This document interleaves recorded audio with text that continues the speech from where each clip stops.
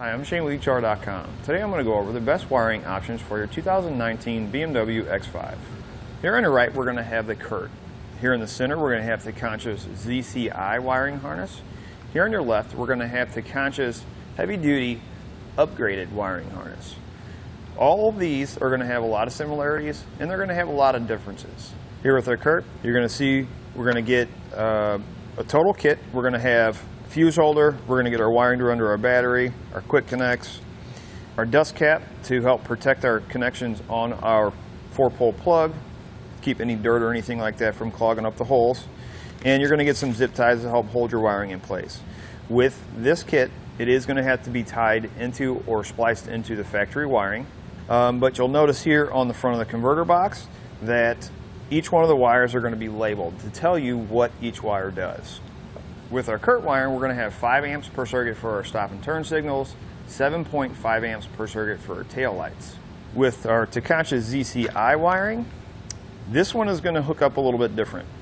We are going to attach them to the factory wiring. However, with the ZCI, we don't have to actually splice them to the wiring. The wiring is actually going to feed right inside of this box. You close the lid and the pulse actually sends the signal through the box into the wiring.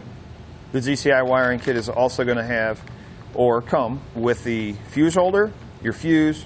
It's going to come with your ring terminal for your battery connection, your wiring to connect to your battery, zip ties to help clean up your wiring after you've got it installed. The difference between the two is the ZCI kit, the dust cover is actually going to be attached to the plug, where the Curt, it's not. Another thing I really like for installation purposes is on the side of each one of these boxes, it's going to tell you what wire is doing what. With this kit, you're going to have 4.2 amps per circuit for your stop and turn signals, 7.5 amps per circuit for your tail lights.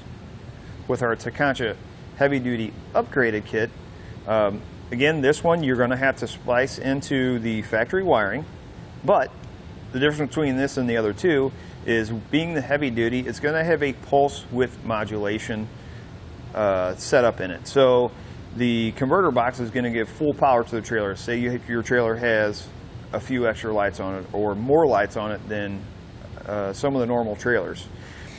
This is going to allow full power to go to those lights, so when you activate those lights, the lights don't dim. This kit is also going to come with everything that I've mentioned with the other two. However, it's going to have one extra fuse, and it's going to have 3 ring terminals, and it's going to come with your connectors to connect your wires to the factory wiring. Along with that, it's also going to have a tester, which your other two are not going to have that. With the heavy-duty upgraded kit, you are going to have to follow the instructions to tell you which wires do what. This one's going to give you 4.2 amps per circuit for your stop and turn signals, 7.5 amps per circuit for your taillights. Now, one of the big key factors in a similarity with these is they're all going to have converter boxes. And what the converter box does is it protects the factory wiring on the BMW if there's a wiring issue with the trailer. Each one of our converter boxes is going to have a potting material inside. And what that does is it fills a hole inside of the box.